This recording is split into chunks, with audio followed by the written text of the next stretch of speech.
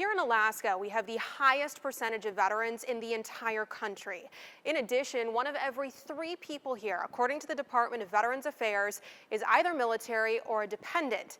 This means that thousands of people are dealing with the effects of post-combat mental health challenges each and every day. Tonight, we meet an Alaska veteran whose return from combat was full of personal struggles, including impacts of post-traumatic stress disorder. He's sharing his story of climbing that mountain in the hopes he might inspire others to do the same. John Anderson is a retired lieutenant colonel and U.S. Air Force pilot, a 21-year veteran of the military. After pilot training, it was up to Eielson, up in Alaska, up in Fairbanks, and then from there went on to being in the Pennsylvania Air National Guard. These days, where you find him, you'll also likely find Keena. Despite Anderson's fond memories of his time in the service, she has become a lifeline after his departure from combat. My mom knew I kind of had the flying bug early on. But for the airplane itself, the A-10, that was pretty much what I wanted out of pilot training. And I got lucky enough to be able to fly it and basically make a full career out of it. You see, Anderson was a teenager when he joined the military, following in the footsteps of his father. In 1995, his first deployment to Kuwait. I mean, it's a good career. But while his journey is one full of adventure, in 2003, a mission turned traumatic too, leading to a weight he would silently carry for more than a decade. We were calling in for clearance and we were given permission to shoot each time a call on a radio that we listened to on the guard frequency came across, and basically a frantic call of ceasefire, ceasefire. His family, the lone holders of his secret, until he shared it with fellow veteran and Alaskan Kirk Alkire. It was obvious that John had struggled in the last 15 years. As Alkire would find out, Anderson was part of a friendly fire incident on March 23, 2003. That left 10 fellow Americans dead. It's kind of sickening, makes the stomach churn. Even though we were cleared of all things, it's tough to live with the fact that you killed innocent soldiers that were trying to help, and you were trying to help.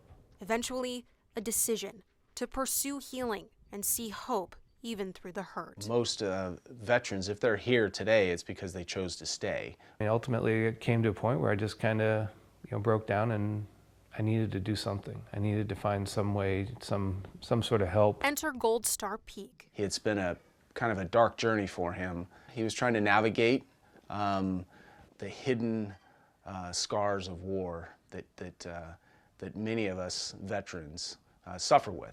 For Anderson, an opportunity. With Keena on his heels, he would install a monument dedicated to the 10 lost. Unload the burden of what I've been carrying around, to look at this monument and, hope and pray that, it honored those men and their family. But with that, counseling and Keena, taken a long time. It's not something that's been easy. He's climbed his own mountain and received a new lease on life. But the hardest part is actually making that first step on your own. I'm thrilled to tell you that Anderson says he is doing much better today, but is still on his path toward healing. And that looks different for everyone. So what options do you have if you're looking for help? We set out to find out what you can do if you or family members or friends are trying to get back on the right track. All that we can do to embrace our men and women in the military who are here, serving their country, far away from home, is really important. For the 70,000 or so veterans who make up more than 13% of Alaska's population, the risks associated with combat are found even after leaving the service. More veterans per capita than any state in the country, which is a great thing for our state.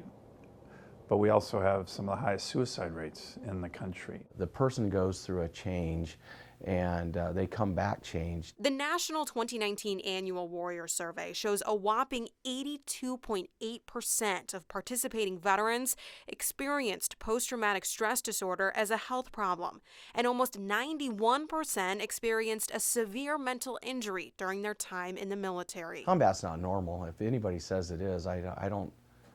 It's just not normal. We need to recognize these are wounds of war, just like being shot. is. There is no quick fix for a challenge as complex as PTSD, but there are ways to get help. If trying to assist someone else going through a tough time after combat, check on them and consider suggesting looking into treatment, participating in raising awareness of PTSD, or simply encouraging the vet to join a support group. And if you're looking for help for yourself, first, recognize that that is okay. It's a broader issue. It's not necessarily resources, but it's stigma. They just don't want to even bring it up, and so a lot of times they'll suffer silently. The National Center for PTSD says it can be helpful to research your options. Perhaps seek therapy, but definitely look into support groups or healthy ways of socializing with other veterans. Alaskans can try the Chris Kyle Patriots Hospital and the Department of Veterans Affairs for mental health services, or programs such as the American Legion, Gold Star Peak Inc., and the ASYMCA of Alaska for social interaction. I remember my grandmother used to tell me a stitch in time saves 9.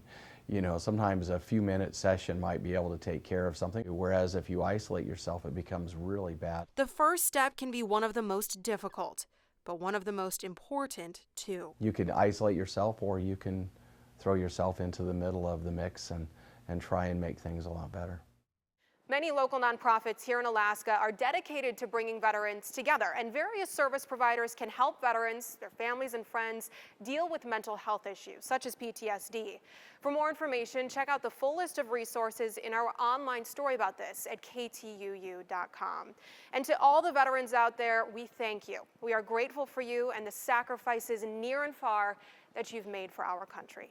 In Anchorage, I'm Beth Verge for Channel 2 News.